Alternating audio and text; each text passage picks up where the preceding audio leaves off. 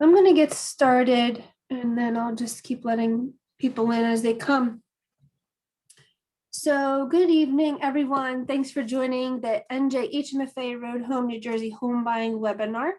I am Cynthia Gonzalez and I'm the Planning and Events Coordinator at NJHMFA. First, I want to notify you that we are recording this webinar and it will be visible to the public. So if you have your video on and you do not want to be shown, please shut it off now.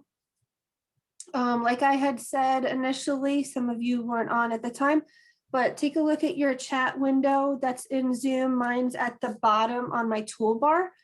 And in that chat area, I will be putting contacts for our speakers. I'll be putting links to a lot of the materials that we'll be going over. So keep an eye out on that, but also know that if you registered for this webinar and that's how you made it here, you will be receiving an email tomorrow with all of that information in it as well. So just take a look out for that. If you got to this webinar by someone sharing their Zoom link with you, please feel free to chat me your name and email address so I can make sure that you get that email tomorrow, because if you hadn't registered, then you won't get it. So I want to be sure you get all those materials.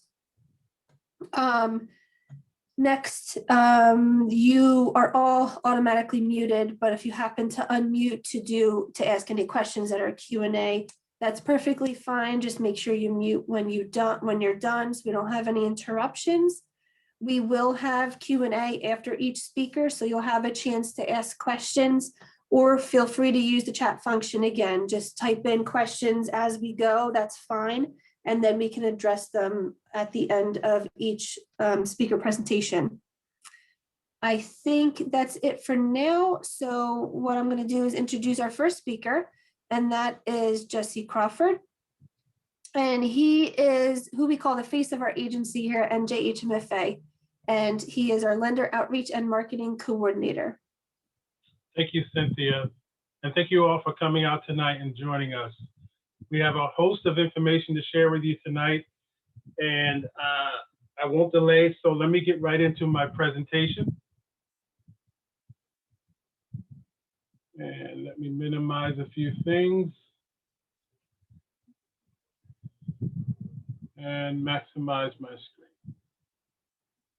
There we go. Okay. We are the New Jersey Housing Mortgage Finance Agency. And tonight we're going to talk about maximizing first-time home buyer opportunities with down payment assistance. A little bit about us. Jersey Housing Mortgage Finance Agency, or NJHMFA. I know that's a mouthful, but you say it a number of times and you kind of get used to it. We are a housing finance agency, a state housing finance agency, and we provide funding for affordable home ownership and housing opportunities to New Jersey residents. We do that by implementing creative programs and establishing alliances that fund affordable home mortgages for first-time home buyers. And we do that through our network of approved lenders. Some statistics: first-time home buyers make up 33% of all home buyers. Now, the largest share of that is between the age group of 25 and 34, which accounts for 54% of all home buyers. 71% of all first-time home buyers were previously renting an apartment or a house.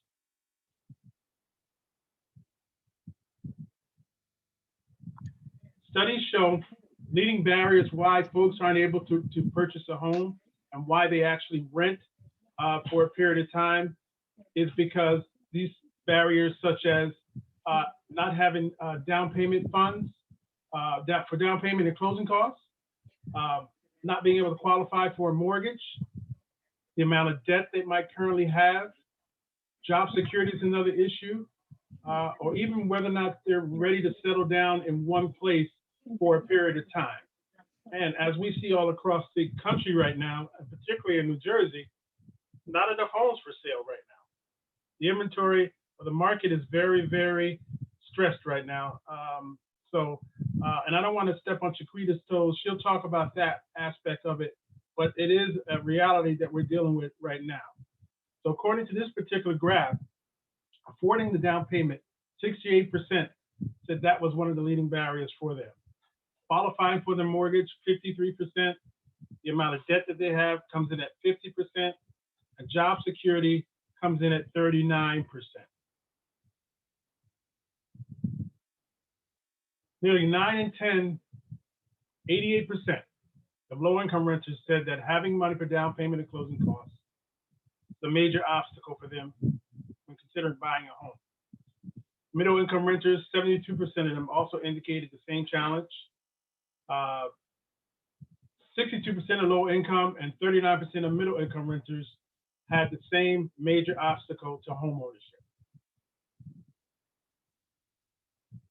The Federal Reserve says that 53% of renters cited their inability to afford a down payment as their primary reason they rent. And I wanted to go through these roadblocks and talk about some of these statistics because we have a solution for you tonight if some of these roadblocks pertain to you. Here's another snapshot of potential roadblocks. Expenses. Student loan debt, 56% for first-time home buyers. Credit card debt, 34%. Car loans comes in at 36%. Childcare expenses, health costs, and others. These are all things that hinder folks from being able to purchase a home. Now, we have two foundational mortgage programs, and I'm going to go through both of them. They're very similar, but they have some distinct differences, and there's a reason why, and I'll explain. Both of our programs, one is called the First-Time Home Buyer Mortgage, and the second is called the Homeward Bound Mortgage, or the Homeward Bound Mortgage Program. There are foundational mortgage programs, and they can be combined with our down payment assistance program, which I'll get into last, because that's the meat and the potatoes of this entire presentation. Now, the first-time home buyer mortgage provides competitive loan to eligible home buyers to purchase their first home in New Jersey. They're both 30-year fixed rate, government-insured loans, and the interest rates for these mortgages are determined by our agency. We dictate what the interest rate is going to be, and the interest rate stays the same. The lender does not change the rate or any adjustments for any reason. And we send these rates out to our lenders by 10 a.m. each business day. Currently today, for the first-time home buyer mortgage, the interest rate is 2.75. And for the Homeward Bound, it's 3.25%. And I'll explain why the interest rates are different for these programs. First-time home buyer program, the requirements are this. You must purchase and occupy a residential property in New Jersey as your primary residence. You must qualify and meet all requirements for our agency's first mortgage, which is originated through one of our participating lenders. You must be a first-time home buyer. First-time home buyer is defined as someone who has not had ownership interest in their primary residence during the previous 3 years. Qualified veterans do not need to be first-time home buyers, but must not own another residence at closing. So if they currently own a home and they're a veteran and they want to purchase a new home, they basically have to sell their old home prior to closing on the new home. Additional borrower requirements: minimum credit score is 620 or greater, and the debt-to-income ratios are 40% and 47%. Now, for those who do not know what debt-to-income ratios are, basically, it's 40% of your gross monthly income, what we call the front end. Your gross monthly income, no more than 40% can be applied towards your mortgage payment, which includes your principal, taxes, and insurance. 47%, what we call the back end, represents your mortgage payment and all your minimum payments that shows up on your credit report. So if you got credit cards, you got installment loans, a car payment, those are all factored in to see what your debt to income ratios are. The next requirement is that borrower must have 2 months reserves, a monthly mortgage payment. And I'll talk about that in detail a little bit further on another slide. Borrowers must meet income limits. We have income limits, statewide income limits based on where you're purchasing your home. And I'm going to click on this particular chart to give you an idea of what that looks like. Here are our statewide income limits. And for Mercer, 1 to 2 adults working in the household, the maximum income is $108,700,000. 3 or more family household, it's $125,810. Okay. And lastly, on this particular slide, borrowers may not possess enough liquid assets to close the mortgage loan at 80% loan to value or less. That simply means that if you can put down more than 20% liquid assets on this property, then this particular program is not for you. You won't qualify for it. This program is for folks who are purchasing at 80% loan value or less. Now, the second program is our Homeward Bound mortgage program. A lot of similarities to the first-time home buyer, but I'll point out the differences. Again, must purchase and occupy the property in New Jersey. Again, must meet all requirements for our agency's first mortgage, which is originated through one of our participating lenders. Must be a first-time home buyer, as defined, again, as someone who has not had ownership interest in their primary residence during the previous 3 years. So technically, you can own a home as an investment property, be renting somewhere else for the last 4 or 5 years, you are considered a first-time home buyer. You can prove that you are living elsewhere by way of your taxes and other things, you're considered a first-time home buyer, and you can take advantage of our programs. Qualified veterans, again, do not need to be first-time home buyers, but must not own another property at closing. And unlike the first-time home buyer mortgage, there are higher debt-to-income ratios for the Homeward Bound program. And let me go into the next slide to show you. Both minimum credit score is 620, the same, but as you can see at the top of this slide, debt-to-income ratio max is 40 and 50.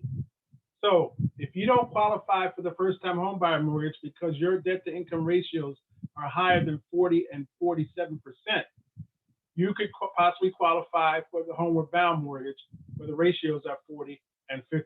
That makes a big difference for folks who have a little more debt that they have to pay each and every month. And when we say debt, we're talking about your minimum payments that you have to pay each and every month that's reported on your credit report. Borrowers must have 2 months reserves, monthly mortgage payment as before. And there are income limits for the Homeward Bound mortgage, but let me show you the difference.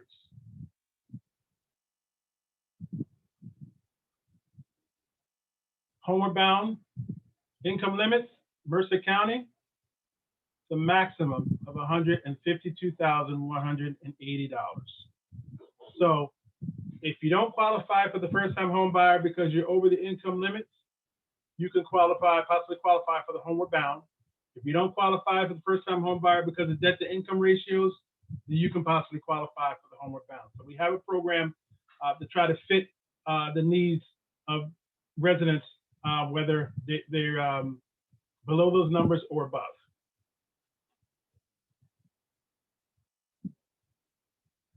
And as before, cannot possess enough liquid assets to close the mortgage loan at 80% loan to value or less. Now, really quick, I want to talk about another option for home buyers, and not necessarily first-time home buyers. Urban targeted areas are designated by the U.S. Department of Housing and Urban Development. Each and every county has designated urban targeted areas. Buyers of homes in urban targeted areas or qualified veterans do not need to be first-time home buyers. I'm going to say that again. Buyers of homes located within urban targeted areas do not need to be first-time home buyers. But must not own another primary residence at closing. So the scenario, as I said before, you want to take advantage of our mortgage, our low interest rate, and our down payment assistance. You could own a home that you're currently living in as your primary residence and seek to purchase a new home, and you would have to sell your own home prior to closing on your new home to take advantage of our programs. Now, there are also higher income limits when qualifying for the loan, and higher housing purchase price limits are permitted. Now, let me show you this chart here, or not chart, but we call it a site evaluator. For someone who's a current homeowner looking to purchase a new home and possibly wants to upgrade or downgrade depending on whatever your situation is, you want to find out if a home is in an urban targeted area, you can simply utilize this link, and this link will be in the chat function, and it will be emailed out to you within a day or two after this presentation. You can use this site evaluator to find out whether or not the address that you're looking to purchase is indeed in an urban targeted area.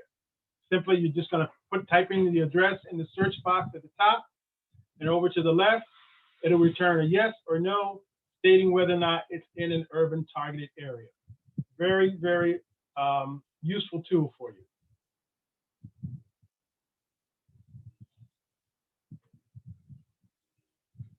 Now, purchasing in an urban targeted area also, you have the possibility of combining other down payment assistance programs. And the income limits for urban targeted areas, I want to show you really quick.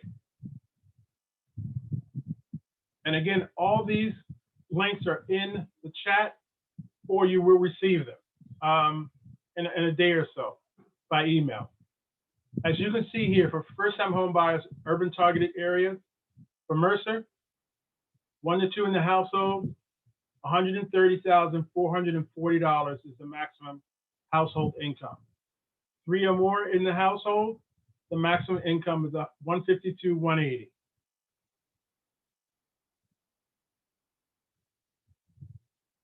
And additional resources at the bottom of this particular page, downpaymentresources.com. We don't manage that site, we don't own it, but it's a great resource for folks who need additional funds to help them with purchasing their home. You can do a search, find out what's available in your area from your local municipality or from other state agencies that might possibly have some down payment resources, and you can couple those resources with ours for more buying power, greater buying power. Also, one other link at the bottom of this particular page, annualcreditreport.com. For those who have not had access to their credit report, you can get a free copy from all 3 credit bureaus once a year for free by simply going to this link and filling out the information for verification of who you are, and then they will actually send you either electronic copy, or you can get a hard copy mailed to you. So you can pick whichever one you decide. But great resource for someone who needs a copy of the credit report to see what's on it, see if there's anything that needs to be corrected, and just to get a general sense of how the credit score looks. Now, this page gives you a clear snapshot of the differences between the 2 programs. Again, they both, minimum credit score is required of 620. The first-time home buyer program has a lower income limit, whereas the Homeward Bound program has a higher income limit. First-time home buyer has a lower debt-to-income ratio. Homeward Bound has a higher debt-to-income ratio. They're both 30-year fixed-rate mortgages, so the interest rate is not going to change over the life of the loan. The first-time home buyer has a lower interest rate, which is currently 2.75. Then the Homeward Bound has a higher interest rate, which is 3.25. And the reason for that particular rate difference is because of the fact that the qualification in terms of DTI and income limits are greater for the homeward bound. Also, for both programs, borrower is required to complete a HUD-approved credit counseling course. That credit counseling course can be found at HUD.gov.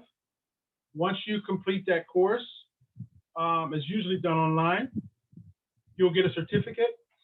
That certificate you receive for completing the credit counseling expires in 1 year.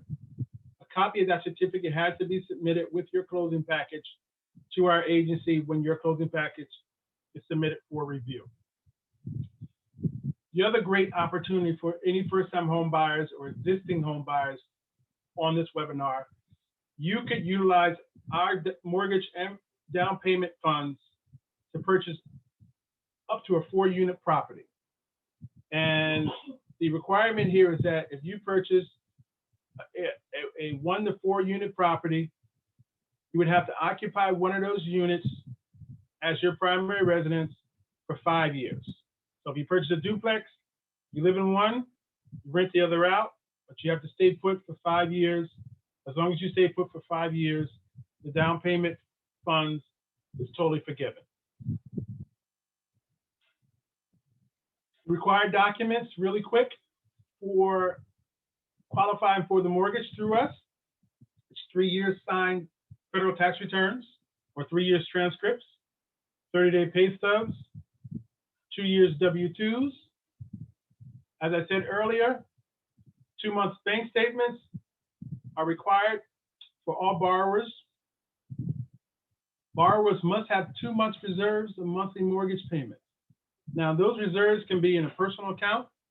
It can be a gift from a loved one or a family member, or you can provide statements from your 401k or pension to show that you have those funds. I'm sorry, not liquid funds, but reserves available in case of an emergency.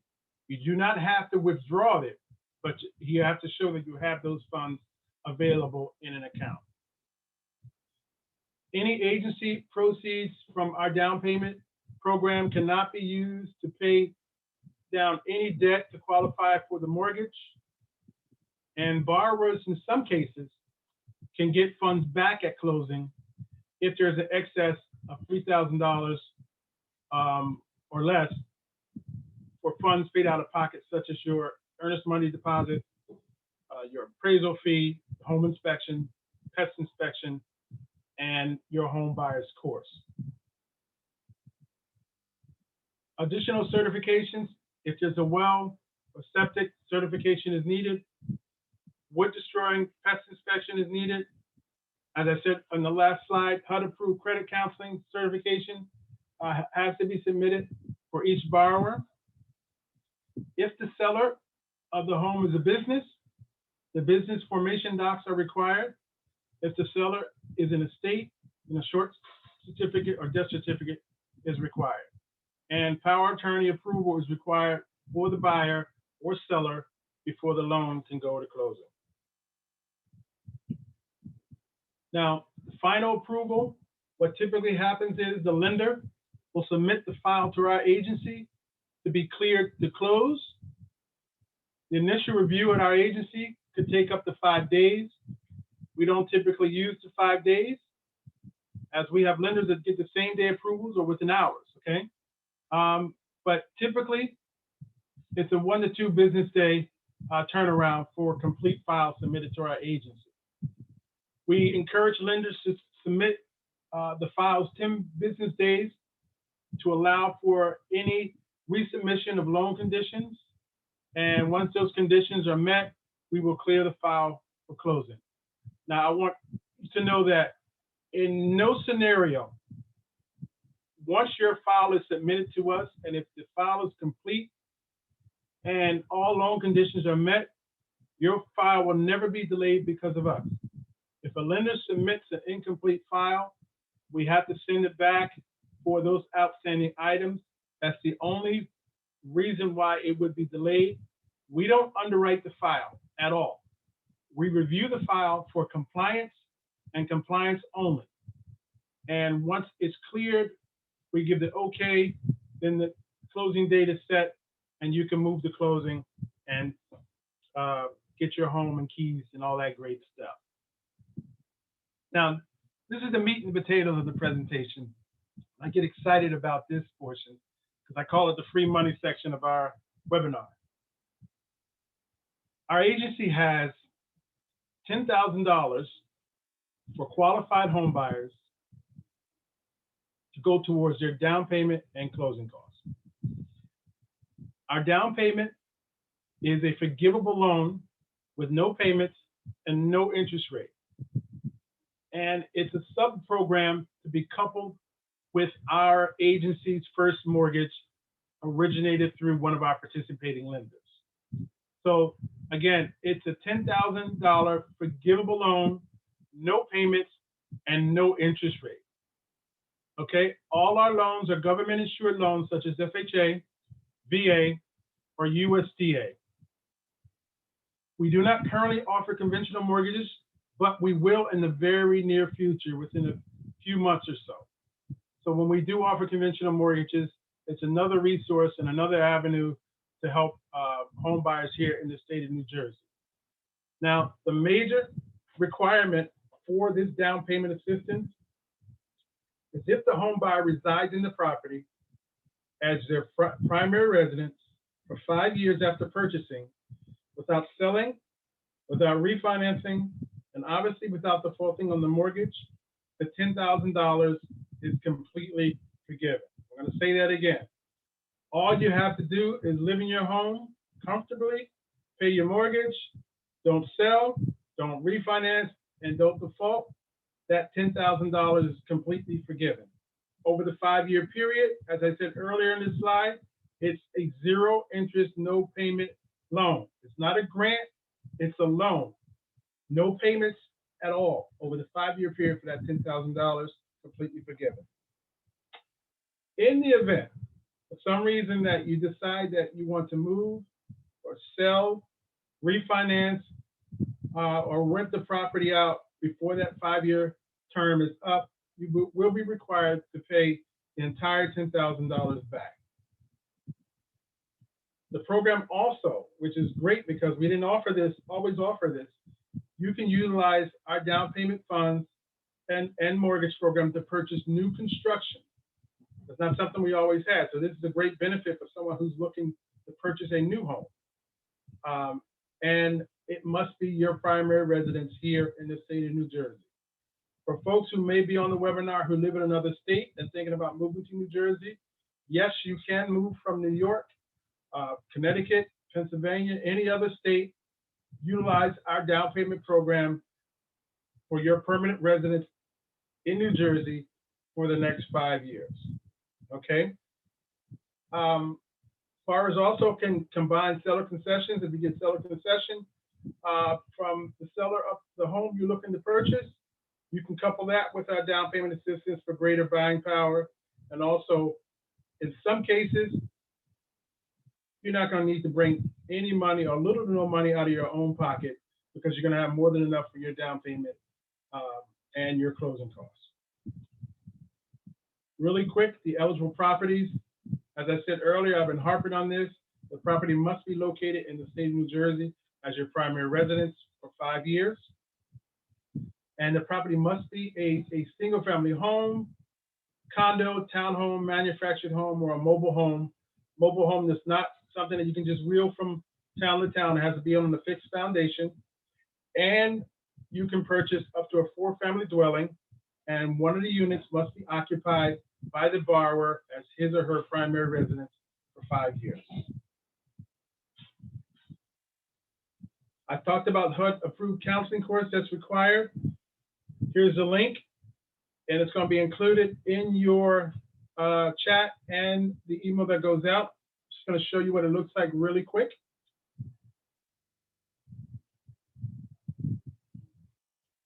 HUD.gov, and you can narrow your search to your particular area, and it will return all the HUD certified counseling agencies.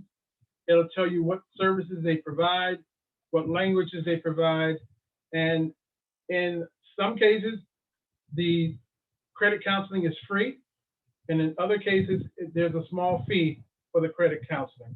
So this is a great resource to help you find a particular credit counseling course, either close to your area or just one that you like, and you can typically take it online. Since COVID and the pandemic, everything is done online. But prior to that, you could take it on a Saturday, and it's an all-day course. And then at the end of the day, you get your certificate for attending the course. Not a very difficult course. It goes through credit, budgeting, how to understand your mortgage payment, how it's calculated, and a bunch of other things, just so you're knowledgeable to the process, and that you are set up to succeed through this process going forward.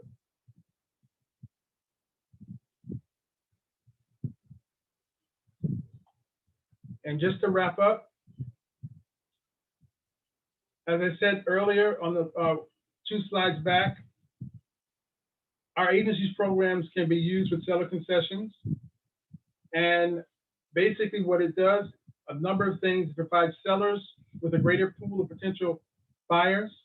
And when buyers utilize our programs, it does not delay your purchasing time, as all our lenders are accustomed to our turnaround time, our requirements, and how to underwrite our particular program loans.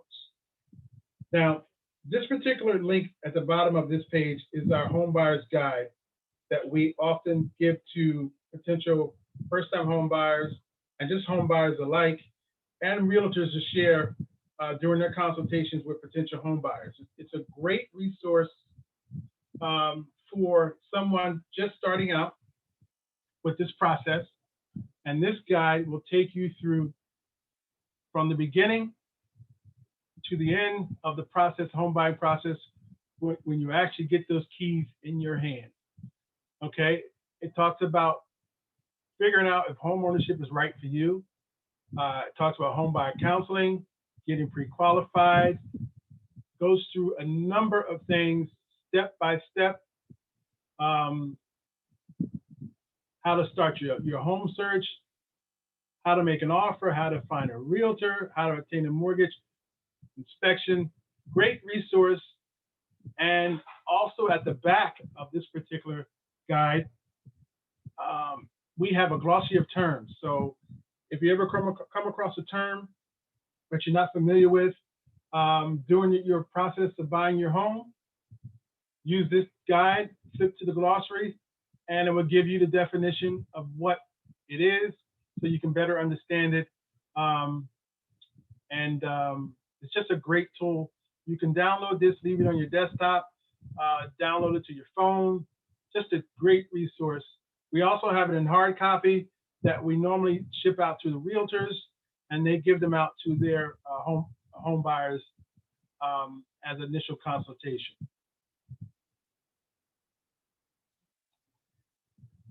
Now, if there's anybody on this particular webinar who is already pre-qualified, ready to start the process, there's a number of things you can do. One, we have a lender request form, and this form, basically, you can utilize this link and go to our lender request tool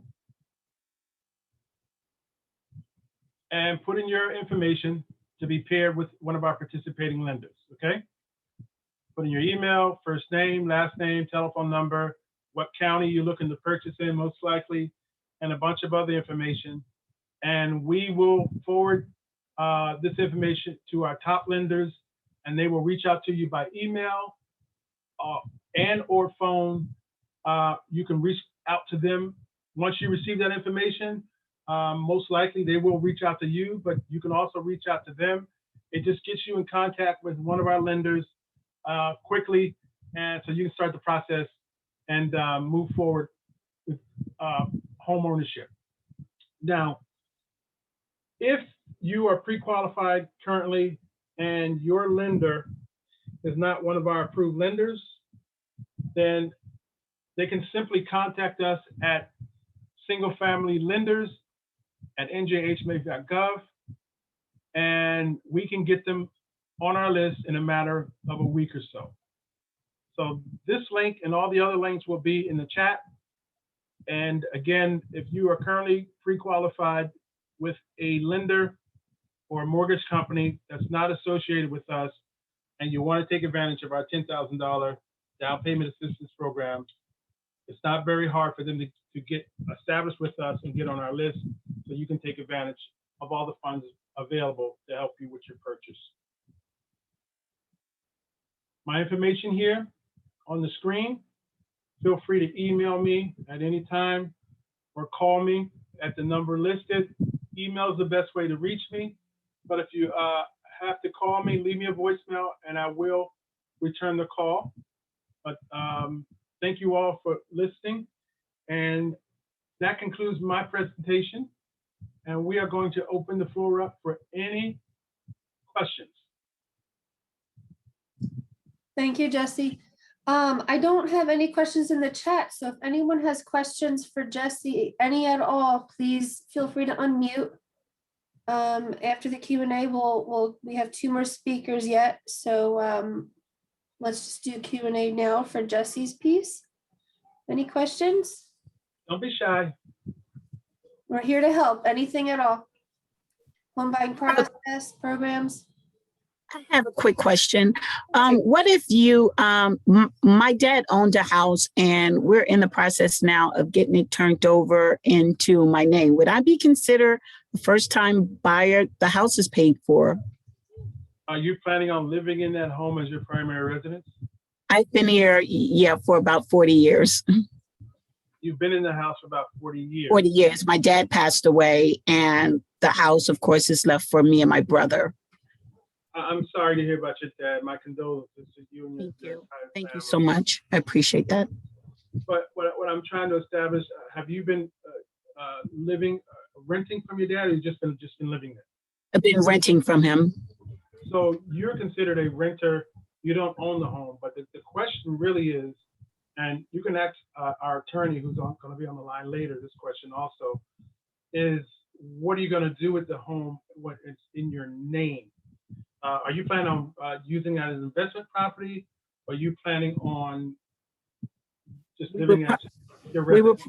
We will probably just, sell it because we've been here for a while. It's really a lot of memories that at this point in my life, I'm ready to move on with the next chapter.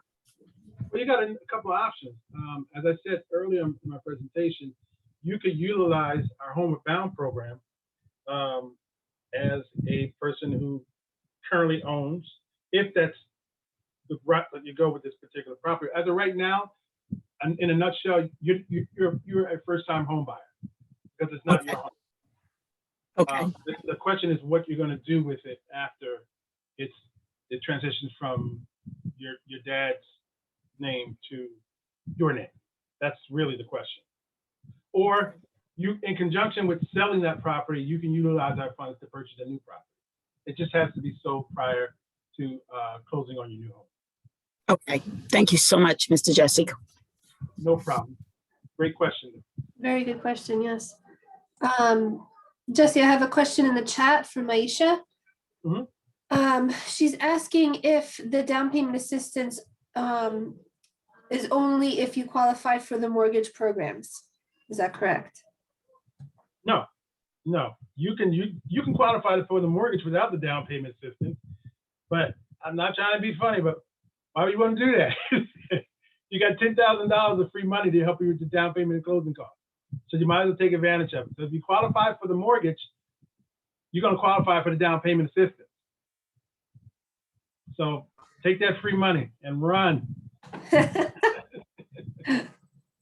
Thank you for the question. Are there any more questions for Jesse? Feel free to unmute, use the chat if you want. We don't have any questions. If you think of something while we're doing the other two, oh, here's another question. I'm sorry if I'm saying your name wrong. Thomasina Allen. We've been renting for over 13 years. We're looking to notify our lease on moving out by the end of the year. Looking to notify. Are you able to unmute to clarify your question? on. Hello? Yes. Hi. Hi. Hi, how is everybody doing tonight? We're doing We're doing good. Thanks for well. coming on. How are you? Good, good, good. Yes, my husband and I, and my daughter, we're currently renting and we're looking to move out, but I wanted to ask about the down payment program. Mhm. We were told a couple of things. We were told that it wouldn't be to our best interest to ask for a mortgage now because we're still in a leasing arrangement. Mhm. And they were saying something like more like October would be the time to apply for a mortgage. Well, we have some experts on the line. I have my response to this, but I want to defer from answering your question and leave it for Shaquita. So she can tell Okay. you how to strategically when you should start the process, because you're in a lease. Unless you can get out of that lease without it costing you an arm and a leg, you might have to wait before you actually start applying to qualify for a mortgage. So, Shaquita, you want to answer that now? You want to wait till later? I can answer that now. Because of the market with the inventory being at a record low, I'm telling all my clients to start looking for a property at least 6 months, ahead of time, to give yourself some time. And if you are renting from a private landlord, because in the state of New Jersey, a lease never really expires. If he's going to give you the option to go month to month, then that's a perfect scenario. If you're renting from a company, they want to charge you when your lease expires to go month to month. But right now, the way how the market is right now, you cannot wait 60 days before your lease is up. This is the biggest investment you're going to make. You need to make sure you have time on your hand and you want to make the right decision. So never be pressed for time, when you're, searching for a home. I'm just being honest with you on that. So Okay. to start 6 months ahead of time, that's the best case scenario right now, because it is taking time to find that dream home. Okay, well, June will be 6 months. But I just wanted to make sure that the process is going to be smooth. This is our first time, and we don't want to be out of a home by December, because according to our landlord or the leasing office, it's Toll Brothers. They do not want us, they would not let us do month to month for the very reason we are on low income. So low to moderate income. So they do not want us to do month to month. They said it's against the rules and regulations. So we have to be here at least until December. Because our contract is up in December for renewal. It's up for renewal in December. So I asked them, I said, well, what does that mean? They said, well, you will have January to move out if you're not going to renew your lease. So I'll say probably around October, August, between August or October, they're going to come around to want us to either renew it or just say we're not going to renew. I will say to you is, listen, it's all about negotiating. If they are not willing to renew your lease because it's low income moderate, then they should be a little flexible if you do find something before your lease ends.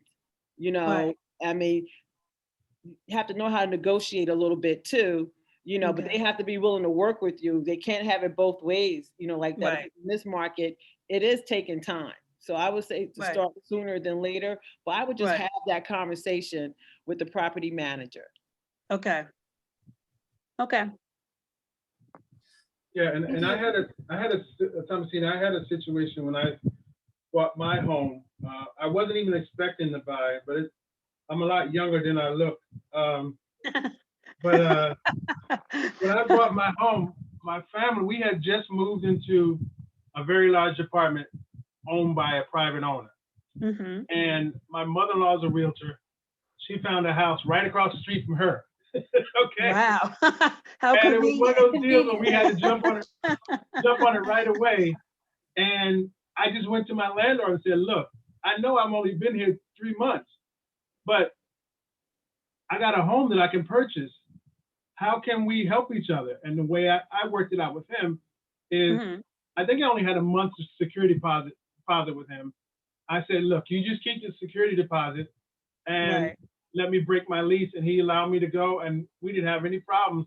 And I moved into my home. It was the best thing I ever did. Wow. You just got to kind of have that conversation and see what Yeah. you can do. You know what I mean? Because everything's don't- not etched in stone. The only thing is the biggest leasing is Toll Brothers. I mean, I don't know how to go about getting in touch with the owner of Toll Brothers.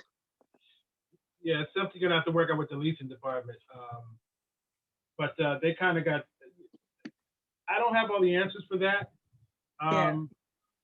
But as Shaquita said, maybe around June, July, October, somewhere around then you start the process, see what you're pre-qualified for, and then Okay. just work from there with an anticipation that it's going to take a while for you to find what you want, and then get locked in and set for a closing that's going to correlate when your lease is up, if you can't get out of the lease sooner. Okay. I mean, because Right. I had this conversation with them actually the beginning of this year. And I have attended a couple of the webinars. And I said, let me talk to someone at the leasing office and see what they can say, what they can do. And then the first thing they said, well, because you living in a low to moderate dwelling, you don't go month to month. You can't go month to month. So you either gonna have to not renew your lease, or you're gonna have to continue the lease for another year, which I don't want to do. I want to just move out as soon as I can. Yeah, I And don't. I'm thinking, I mhm, don't know all the specifics, but the other thing you might want to do is reach out to however you got qualified for that, what agency helped you get qualified for the low to moderate, and ask, is that a requirement? Because people with low to moderate income buy homes every day. right, You know what I mean? So this shouldn't right, be something that's going to handcuff you. There is a way to right. get out of it, but just got to talk to the right people. Okay, well, maybe I need to go to the associates to Piazza to see if I can, what arrangement I can make, because like you said, I don't want to be tied down for the rest of my life being here just because, and I've seen people move out every day. Yeah. So I will have that conversation with the associate or with Toll Brothers to Okay. see what my options can be, because I really would like to own a house. I've been renting for 13 years and I've been paying their mortgage. Right. Right. Thank you. Thank you. Sure. That's a great we got- question, and good luck with that. I hope you can figure that out quick. Thank you. I will. So we're Um, gonna move. yeah, let's move on to Chiquita. So we have Chiquita Pittman, who you just heard from. She's our realtor associate from EXP Realty. I'm gonna put her information in the chat right now, but take it away, Chiquita. Yes, hello, I'm Chiquita Pittman, and believe it or not, I've been selling real estate for 30 years now. I can't believe this is my 30th year. Oh my goodness, but I love my job. And right now, this information that you're getting, I cannot stress to please take advantage, because when I started in the business 30 years ago, we didn't have Jesse, we didn't have the free money, and he is the face, of this organization, and he is really doing a great job by explaining the program, because knowledge is power, and you have to have a plan at the end of the day. This is the biggest investment that you're going to make in your life, and you need to have a plan. And that's why more than ever right now, it's so important to have a full-time real estate agent that's going to work for you and look out for your best interests, because the market is super competitive, right now. So you need to have a lender that you trust that's going to be working with you, your attorney that's going to protect you and look out for your best interests. And I've been working with Satal for probably over 10 years now, and he is really good at what he does. And when I need him to be a pit bull, he can be a pit bull for me, and he will always protect, your best interest. I kind of want to walk everyone through this whole real estate process. I'm going to share my screen real quick. And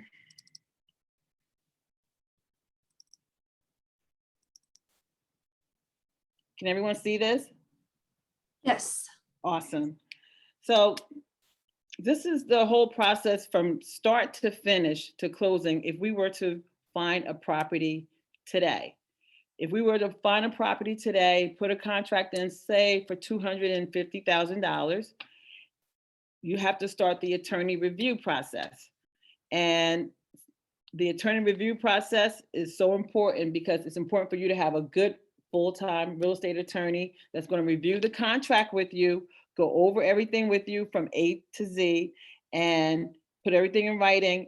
And attorney review, once it's concluded, then that's when the real work begins. So typically, an attorney review can start anywhere from 3 to 5 business days. But what's happening right now, because the market is so competitive, if you work with an attorney that can't get back to you once you put it an offer, because everything has multiple offers, if your lawyer is going to take 3 to 5 business days just to return your phone call, chances are you are not going to buy that house.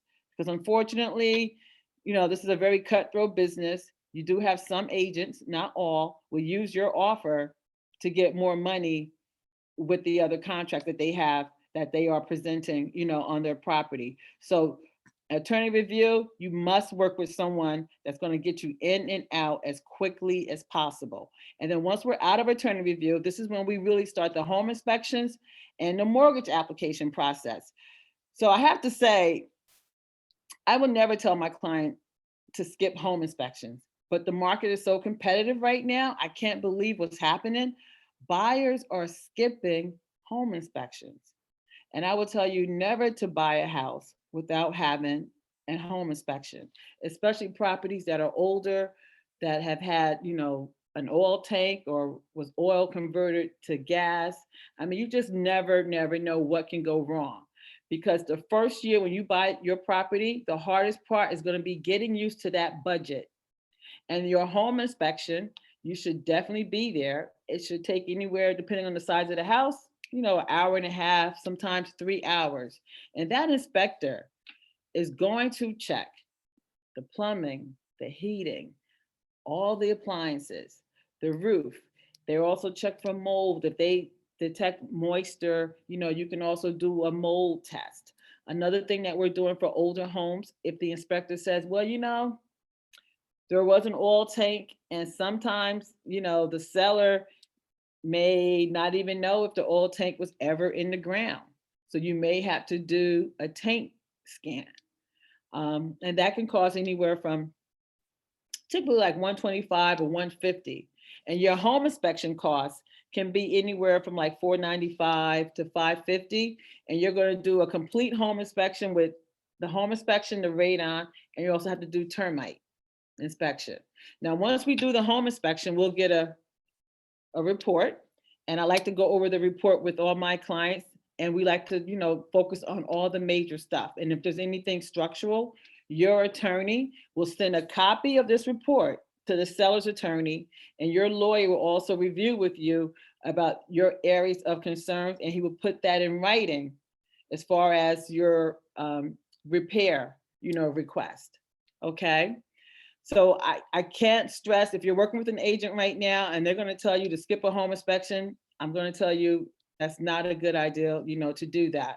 Because once we get out of attorney review, your attorney is going to ask for, deposit money.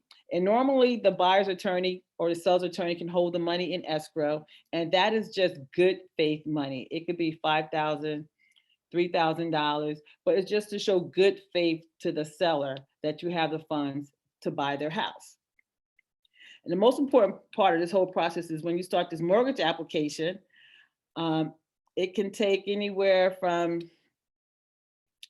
3 weeks to 4 weeks to get an approval. And that's the loan underwriting part, but you have to do an appraisal. And I can't say, you know, the market again is so hot right now. You have buyers that are trying to skip appraisals. Now you can say you want to waive the appraisal, but you have to have the funds to make up the difference. So let's just say if the contract is for 250 and you put in your contract that you want to waive the appraisal, you don't care, you want to buy the house, typically you can't do that because the bank is going to always go out there and do their appraisal. Now, if our contract is 250 and the appraisal comes in at 235, guess what? They're only going to loan you money on that 235, not that 250. And if you get into a contract where you're going to say you want to waive the appraisal, then you have to bring that $15,000 to the table to make up that difference. So just be very, very careful. I'm going to say never skip a home inspection and never waive the appraisal. The other part about this whole process is that in every town we have a certificate of occupancy, and every town is different. We also have a smoke detector. So New Brunswick, all the towns require a smoke detector. New Brunswick requires a certificate of occupancy, and this inspection is really an inspection from the township. And it's not a home inspection, it's just a quick inspection to see if the seller finished the basement, didn't get permits, or if they put in a new hot water heater or a new furnace and they didn't take permits for that. Guess what? They're gonna have to pay for that. But every town is different. So right now, good thing, South Brunswick just started doing these inspections. Before they were not doing that. So now we have South Brunswick, New Brunswick, we have East Brunswick, and we also have North Brunswick is doing these inspections now. Now, because of COVID, they had the sellers, you know, signing affidavits. They would check the records because, you know, this pandemic, no one was going out unless the property was vacant. So I can say now they are doing the inspections now for certificate of occupancy, and they're also doing the inspections for the smoke detector certificates as well. Now, these two inspections are not your cost. The buyer never pays for this unless they're buying a foreclosure or a short sale. And this inspection can cost the seller anywhere from $125 to $150 for a townhouse or a condo for the certificate of occupancy. And the smoke detector inspection is basically like $45 or $50 that the seller has to pay. So you never pay for these inspections unless you're buying a foreclosure or a short sale. So this whole process, like I said, can take anywhere from 3 to 4 weeks from start to finish to get the closing. Now, when we get cleared to close from your lender, we have to do a walkthrough. So the day we close, we either do a walkthrough the day before. The seller has to be out of the house. Hopefully they didn't take the stove or the dishwasher that they were not supposed to take. You do a nice walkthrough. You want to make sure everything is broom swept, you know, clean, in a good condition, and there was no accidents or anything like that. Because if there is a problem, you know, believe it or not, this has happened. Sometimes, you know, the seller forgot that he had on the contract that the washer and dryer was included, and they wind up taking a washer and dryer. And you go there the day of closing thinking that you're gonna, you know, see a washer and dryer in the laundry room, and it's not there. That can be an issue. So that's why it's good to always do a walkthrough before the closing. And also it's good to also have an attorney. So this is basically the whole process from start to finish. And I want to share one more screen with you.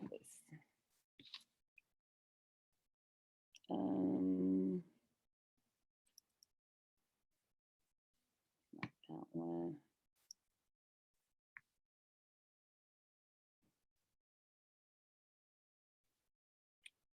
Let's see. Oh, here it is right here. Okay, so this is what I call the 10 Commandments. And there's just a couple of the commandments I'm going to tell you to pay close attention to. So when you start this whole process of buying a house, it's so imperative that you stay in constant contact with your lender, okay? He needs to know everything that you're doing from A to Z. If you change jobs, please let your lender know. And most important, please don't put large deposits into the into your account, because everything has to be verified. And you really need to make sure that, you know, your loan officer is fully aware of everything that you're doing. Now, let's say you get the mortgage commitment, you're happy, and you know, you're ready to close in 2 to 3 weeks, and you say you want to go out and buy some furniture or buy a car. I'm going to tell you, please do not do that. That has happened to me in the past. Never buy any big ticket items until you get the house. Once you get those keys, you can do whatever you want to do. So don't buy a car, don't buy furniture, you know, be careful when you co-sign for other people, you know, and don't make large, you know, deposits, because everything will be verified as far as your lender, you know, is concerned. And that's basically it. But I want to leave you with 3 things that are really going on with this market. You know, Jesse talked about the roadblocks. It's just so important right now to make sure you work with an agent that understands these programs. Because what's happening with this market right now, there's a little stigma with, because the market is so competitive right now that they don't want to work, a seller doesn't want to work with a buyer that's putting basically no money down, or working with these first-time home buyer programs because they're not knowledgeable about the program. The bottom line is, if you get an agent that can communicate to that listing agent, and is going to look out for your best interest and can explain these programs from A to Z, then there should be no reason why that seller should not be comfortable in working with you, especially if you have a pre-approval. Right now, you have to get pre-approved right now, because if you see something that you like, and if you wait too long, chances are, you know, it's not going to be there, you know, anymore. I'm telling my clients, I say, if you sleep on it, you will not be sleeping in it, because we only have 17 days of inventory. And when I say that, what that actually means is when a house comes on the market today, and I have an open house on Sunday, this just happened to me. I had an open house last Sunday on Mother's Day. We went live on the property on Friday, and we had 8 offers, and it went over asking. So another important thing that I want to tell you is, if you have a budget, I'm going to tell you to start a little below your budget. If your budget is $350, I would say start looking at properties at $310, $315, because chances are you're probably going to have to increase, you know, your budget to be able to compete with the bidding wars, you know, that we're having. Another thing is so important, I'm going to tell you, you know, buying and selling a house is very emotional. So I tell all my clients, if it's meant to be, it will be, and do not get crazy with the emotions and try to go bananas, you know, way over asking price, if you have a budget that you really want to stick to. So it's just so important to just stick with your budget, just start a little, you know, below your budget, and never give up. Just hang in there, and just make sure that, you know, your agent who you're working with, your attorney, your lender, they're all working with you. They're all looking out for your best interest. But I really cannot believe how crazy the market is, you know, right now. I'm actually just listed a property in New Brunswick. We're probably going to go live this weekend for 205, and it's on 12 Oxford. It's like a nice little townhouse, really nice. The kitchen and the bathrooms have been updated, but I know it's going to go, you know, quickly. But again, and I say that because there's not a lot of houses on the market. So just take your time. Whenever your lease is up, start at least 6 months or 8 months before your lease is up. Talk to your landlord, talk to the management company. And another thing I want to say, always trust and verify information that people give you too.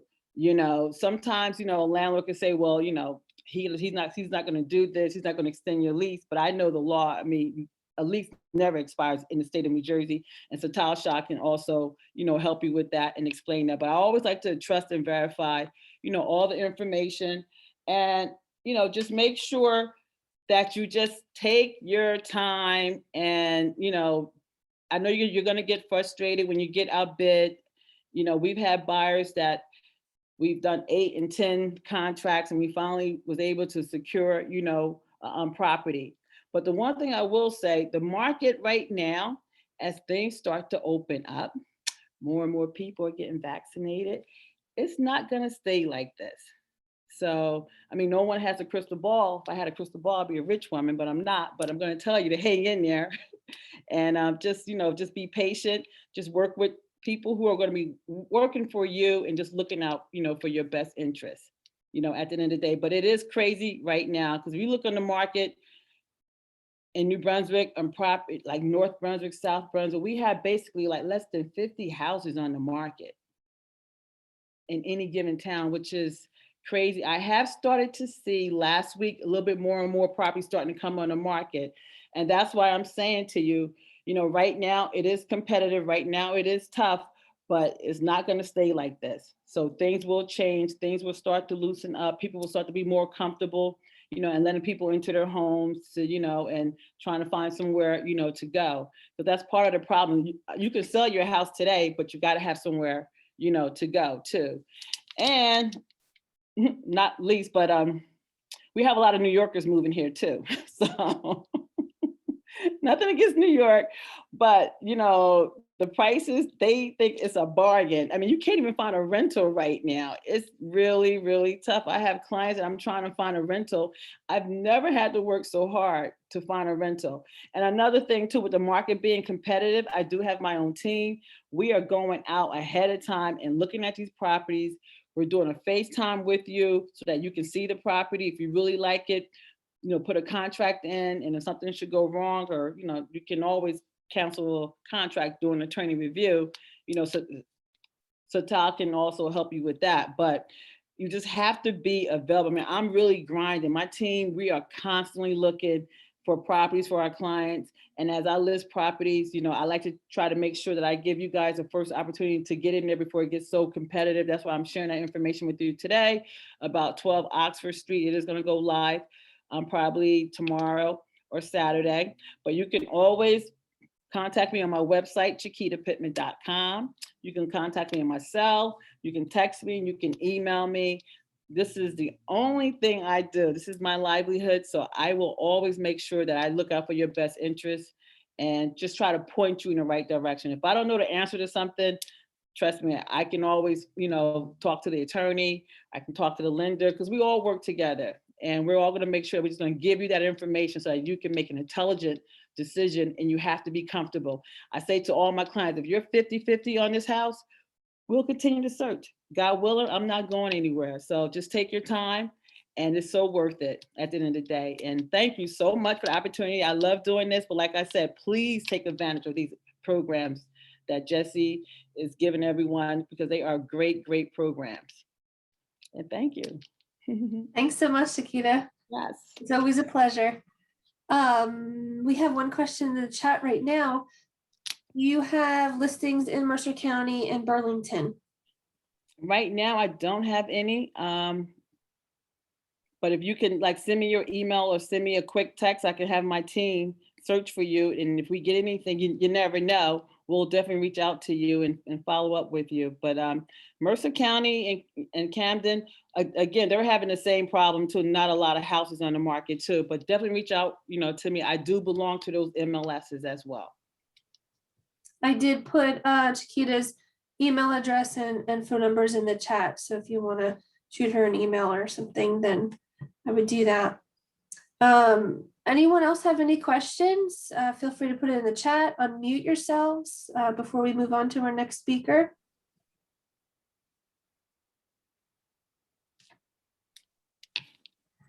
Okay, if anyone thinks of a question before the end of the presentation here, before the end of the webinar, feel free to put it in the chat.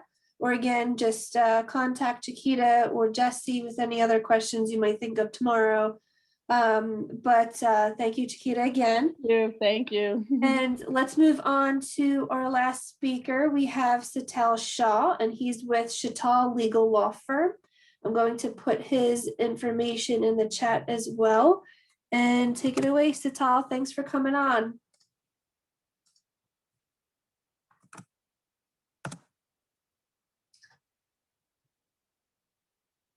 And I don't know how to say the name. Has Zaleen Johnson any advice on finding an attorney? Satal is our attorney, so he can, you can go to him. He's great. But I'm sure you could, I don't know. how that all works, but Sure. Satal, you do the whole state, don't you? Yeah, we do. Good evening, everybody. Satal J. Shah from Edison, New Jersey. On advice on getting an attorney, like anything else, you got to do your homework, talk to them, and you want to feel comfortable. If you get a reference, that's always a good thing, right? When somebody says to you, hey, I had a good experience with this person. And I always say with an attorney, it's a team-oriented approach when you do the closing. Chiquita's right. You have to work with Cynthia, Jesse, home inspector, title company. Your attorney is like a ringleader in a circus. He's like your bodyguard. They're supposed to vet everybody, get everybody to work together, and it's a team-oriented approach until you get to the closing. And you want to rapport with your attorney. Everybody has a different personality. Some people might be aggressive at the right time, passive. You have to feel comfortable with the attorney that you're hiring, and they have to instill confidence. If your personalities don't match, the attorney could be the smartest guy in the world, but if you don't feel comfortable, it's not the right fit for you. And hopefully that answers your question. In attorney review, what I wanted to tell everybody out there is when you sign a contract, you get 3 business days in New Jersey to review a contract with your lawyer. That means Saturdays, Sundays, and holidays don't count. So if you sign a contract on a Friday night, you shouldn't panic and try to call your attorney, which you know you can't get at midnight on Friday night. Just wait till Monday and it's not an issue. I call the attorney review period the agree to disagree period. In simple English, when you get a contract, you review it with your attorney. It should be no surprise that your attorney is going to favor you and try to hook you up with the best language to protect you. Having said that, it should be no surprise the seller's attorney is going to favor the seller. If you can live with their changes, they can live with your changes, and you both agree to the changes to the contract, and you both sign off on the contract and the changes, attorney review is done. What's going on today, it's a seller's market. There's tons of people trying to buy the same house. The best advice I'll give you tonight will be 2. One will be practical, and the last I'll end with a legal one. The practical advice is everybody's complaining, seeing 40 houses, driving around, losing offers left and right, literally every minute of the day today. If you like a house, you sign the contract, you agree to the changes, the other side agrees, and you both sign off, attorney review is done. He or she, whoever does it first, meaning signs off on the changes, wins the game, and you got the contract and you're out of attorney review. Until you both don't agree to the changes, the seller can get another offer and bump your offer in a matter of seconds and you're done. So if you really like something, you got to move quickly. In the contract, I get asked most often is, how much do I have to put down? Like, it's like when you buy a car, what's the down payment? 99% a good faith deposit is $1,000. Now, the second deposit generally can be 2, 3, 5, 7, 10, 14 days after attorney review. People ask me, how much should I put down as a second deposit? There's no answer. Every attorney, every agent, every seller, every buyer has a different number. You won't find anything that matches. However, the fundamental rule is the seller always wants you to put more down. So shockingly surprising, right? And the buyers always want to put less. So usually you could put 2, 3, 4, 5%, 7 to 10% down as a second deposit. Another highlight in the contract are appliances. Stove is the only thing required by law. For some reason, everybody thinks, I know America's a great country, but people think dishwasher, refrigerator, they have the right to cable TV and it's all included. It's not. Only a stove. My practical advice to you, this happens all the time, and I say it in every seminar, but it's so true. Every time somebody says to me, Mr. Shah, I saw Viking this, I saw a GE Whirlpool, they're so excited, it's brand new, stainless steel. The women are so happy when they give me the contract. And then when we close, you see 1972 Grandma Special that looks like it's about to die. When they say refrigerators included, that doesn't mean the one you saw. Now, is that being honest or that being deceitful? Yeah, but it could be any refrigerator. So take the 3 minutes and write new GE dishwasher within 1-year-old dishwasher. So you end up not getting a 9-year-old dishwasher. It's very important. What you see is what you're expecting. Take this 5 minutes and have your attorney, have your agent write it down. And if nobody writes it down, definitely tell your attorney when you're reviewing the contract. The next thing, home inspections are typically done within 2 weeks of attorney review. Everything I talk to you about is measured from attorney review. So let's make pretend magically you found a house this morning with Chiquita. We got out of attorney review this afternoon. That means 14 days from today, you have to do home inspections, provide a copy of the report to your attorney, email him a list of repairs, and then we can negotiate. The seller will either give you the credit for repairs, will do the repairs, or a combination. The number one question I get asked in inspections is, if I don't like the inspections, I don't like the house, I change my mind, I want to move to Burlington County, I don't want to live in Essex, can I cancel the contract? When you do home inspections, it's not based on your mood, your happiness, or what you think. If the major repairs are being addressed by the seller, you really have no legal reason to cancel the contract. Think about it, they're doing the repairs. If they don't do the major repairs, you can use that as a legal excuse and cancel the contract. However, if you are a client of mine that forgets this and automatically, emotionally, you send me an email, say, cancel the contract, the seller's attorney is going to call me out and say, we have the legal right to address the repairs. Sellers have to address major repairs. No one cares what I think. With all due respect, nobody really cares what you think either. The contract says what major repairs means.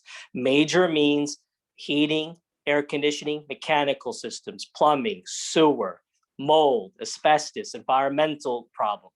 The basement should be structurally sound, free of leaks. Same way with the roof, structurally sound. Windows should be working. These are considered major. If the sellers do not perform these repairs, you can cancel the contract. If the sellers perform other repairs that are considered minor, you say, thank you, it's a Christmas gift. They didn't have to do it, and you couldn't cancel based on just being annoyed that they didn't do the simple repairs or minor repairs. That's very important. In the negotiating credits, you want to be treated fairly. If you have a plumbing repair and the seller says, I'll give you $75, you would get an estimate from a licensed plumber. If your plumber says, oh, the estimate, labor, parts cost $700, you got a written estimate. Now you know 700 is the true number. You could live with 600 maybe, or even 5. It's a compromise, but it's more than $75. So getting estimates from licensed people is very important. And one practical tip, I have 2 types of clients. One type of client that thinks they can ask for any number that they want, like it's the lottery system, and whatever number they ask for, the seller magically, based on people's good looks, are just going to give you a number. That's some of the clients think that way. Some of the clients listen to our suggestion. Our suggestion is to get an estimate from a licensed contractor. Yes, it's annoying. It's very hard in COVID to get anybody to do anything or even get an estimate. But I'll give you one practical tip. When you hand somebody an estimate from a licensed professional that says it costs X, Y, Z to do this, it's very hard for the seller to generally argue the number because it's a true cost. So the only way the seller can argue it is by getting a second estimate just to check your estimate to make sure it's not out of control. It's within the same bounds. After home inspections, you're going to work at the same time getting your mortgage. You typically have 4 weeks to get a mortgage commitment. Typically, the mortgage commitment basically says the lender has reviewed your financials, reviewed your paperwork, they approved you for the loan, and they're going to give you the money on the day of the closing. At the same time, your attorney is going to review title work, make sure there's no lawsuits, liens, or judgments on the property. This is not your problem. This problem is for your attorney. The only way it becomes your problem is if you are hiring attorneys that don't do real estate. Real estate, there's a lot of devil in the details when you're doing it, and you have complexities that you want to make sure get done correctly. For example, you want to pay off the seller's mortgage, water bills. These are quickly things that can be lienable on a property that you own. What may not be so obvious to you is when you're buying a property and somebody signs a contract that's the seller, we all just assume that the person that signs the contract is the owner. Title work will make sure if there's an owner missing or somebody else needs to execute the contract, the attorney will be sophisticated enough to figure that out and address that in your attorney review. Now, I'll just give one quick example in title work. How many out there would know that, let's say the seller owns child support? I know everybody in the audience says, well, why is he talking about the seller? This is a buyer seminar and I'm buying a house. If the seller owes money on child support in arrears, that's lienable on the house that you're buying. And the next 12 weeks of future payments are automatic lien on the home. You'd be quite upset paying off somebody else's child support. I'm sure you have enough bills of your own. These are just some examples what the attorney will deal with. As we get to closing, your attorney will coordinate with all parties. The realtor, the mortgage company, title company, the seller's attorney, and schedule the closing. Let's make pretend tomorrow the closing's at 4 o'clock at your attorney's office. Your attorney would have already told you today how much money you have to bring to closing. And you'd go to the bank and get a check. Then you would be going with Chiquita, I'd say morning of the closing, either today at night or morning tomorrow, and do a walkthrough of the property. It's not a chance to do a home inspection, but you want to make sure there's no vandalism, there's no damage, and the house is in the same condition when you signed the contract and when you did home inspection. For example, if you did the walkthrough of the property in the morning, today it's getting warmer. All of a sudden, the AC unit didn't kick on, something's broken. If it's a quick fix, it'll be fixed. If it can be solved with money, it will. The closing continues. But what if the heating system is totally shot, has to be replaced? You know that's not happening in 4 hours before a 4 o'clock closing. Closing's going to be adjourned, rescheduled, and we're going to have to figure it out. Those are the beginning and the end of a closing. I will end with one last point. If everybody can try to hang with me, I think this is the best point, and you'll appreciate this point later. Chiquita already mentioned about certificate of occupancy and gave you good information and told you the township inspections is responsibility of the seller. I just want to give one example.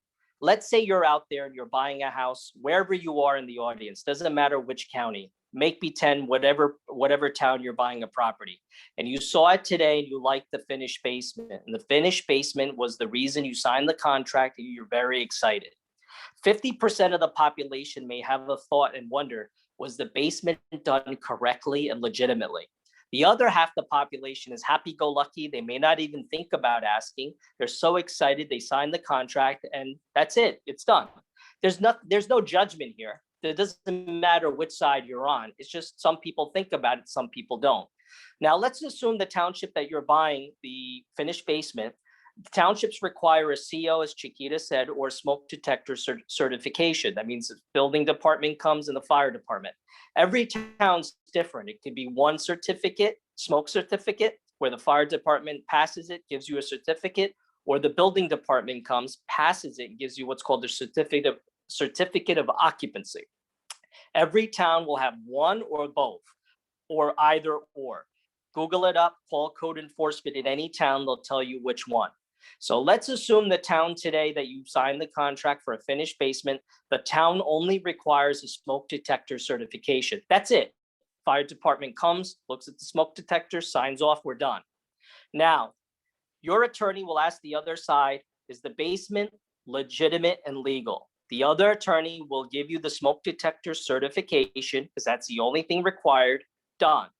Your attorney has two choices. Either accept that certificate and say fine and move on, or say to the other attorney, it's not enough. I need to see the permits. Now let's assume your attorney accepted the certificate and nothing else. That means you still don't know if the basement was legal. Fast forward 4 years later, you're now ready to sell the home in a high market right now. You're so excited because you're getting 50 grand over more than you paid and you're so happy. Now, all of a sudden, the new buyer today likes your finished basement, just like you did. But this buyer is much smarter than you. They ask for the permit for the basement, and you say, what? You ask your attorney or your old paperwork, and you pull out your smoke detector certification, because that's the only thing that was required.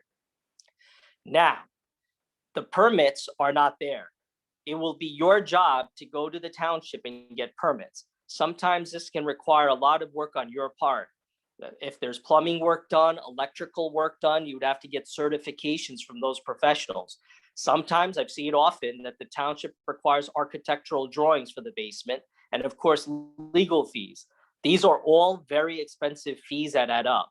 You'll be very upset to pay this money to legitimize a basement that you enjoyed for the last 4 years and you didn't create, but now you're making it legitimate for the new buyer. You will argue, I didn't do anything wrong. I closed. I didn't even do the basement. That defense works in 3rd grade. It won't work today. You will be legally obligated to address these issues. How can you solve this problem? And that's where I'm going to end. Now, it's against my general financial interest to tell you because we make a good living helping lots of people with these problems. But the way to solve this problem, whenever you buy a house, go to code enforcement online or call them up. And now with the mask, I think today there's no mask mandate anymore. I think today I just heard. So you could just walk into code enforcement without a mask and say, I want to fill out the Open Records Public Act form. That's Open Records Public Act. It's a free form, no money. Anybody in America can fill it out. If Cynthia wanted to, because she has a lot of free time, she can even fill it out for you on a house that she has nothing to do with it. Anyone can do it. Now, when you fill this form out for free, by law, the township has to give whatever information they have on your file to you. That doesn't mean there's any secrets, could be, doesn't mean there's something there, but whatever they have to give it to you, not because they're being nice and not because they like you, the law requires it. Now, this is where the last point I promise, and I'm done. I want you to hang on this last point. Let's say you're making an offer on a home and you see a brand new roof and the seller brags and says, I saw a brand new roof, brand new water heater, brand new windows, brand new this, and you don't see permits for it. You've learned something in the seminar today. If there's no permits and you did the Open Records Public Act request, then it's your job to tell your attorney and tell the seller to get the permits before closing.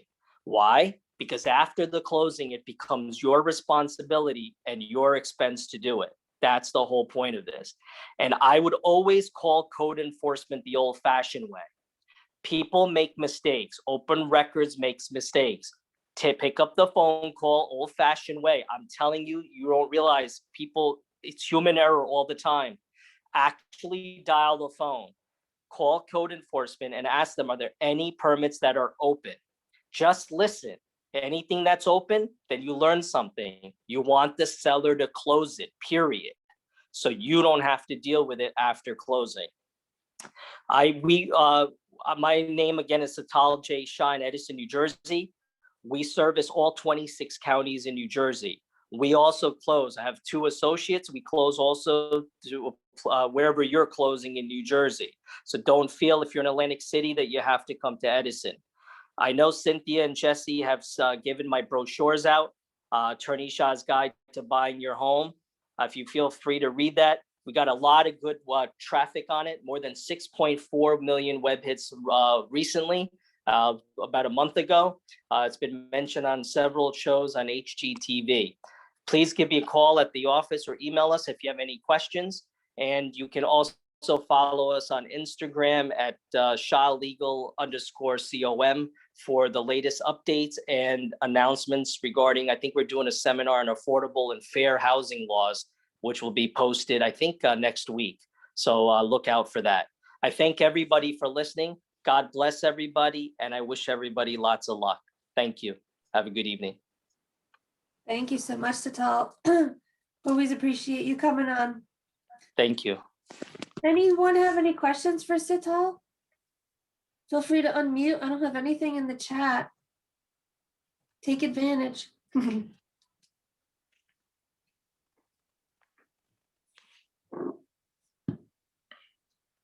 No questions? If you think of anything, feel free to reach out. I put Satal, Jesse, and Chiquita's contact information in the chat. Oh, here's someone. Do you also work with churches or congregations looking to buy church properties, Satal? Funny you said that. Yes, we've done actually 6 churches in the last 3 years, all different denominations. You'd be surprised. Catholic, you name it. And in fact, somebody just called us for a church closing to buy the property just actually 2 days ago. So the answer to your question is yes, we do it. there's a little bit more to it with churches involved and laws and stuff and whether you're getting financing. So feel free to email me. I believe you have our email address. I know Cynthia's given the contact information. You could email me directly and set up a time just to speak for a few minutes. That's But great. yes, we do. Yeah, that's awesome. Any other questions? What I'm going to do now is I'm going to put in the chat, I'm going to copy and paste here our link to our YouTube channel. And that's where we're going to be uploading tonight's webinar recording.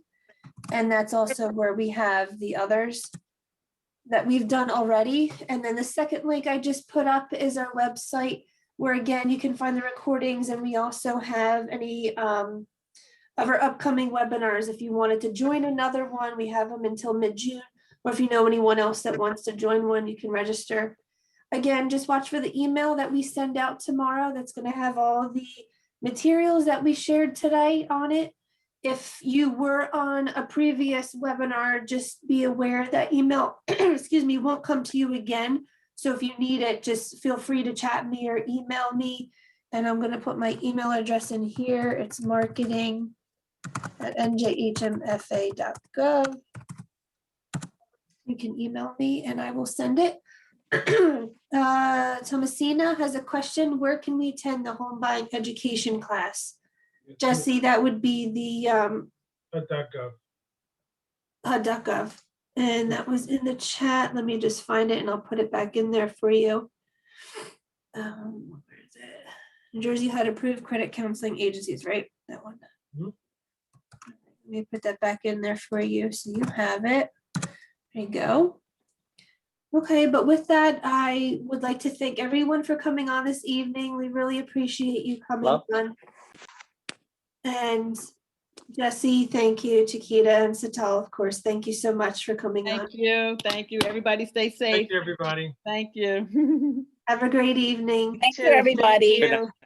Thank You're you so much for welcome. coming out. Thanks for coming out. God bless. That's- Too. Thank you. Take care. Take All right, care now. good night. Thank you. Thank you. Good night now.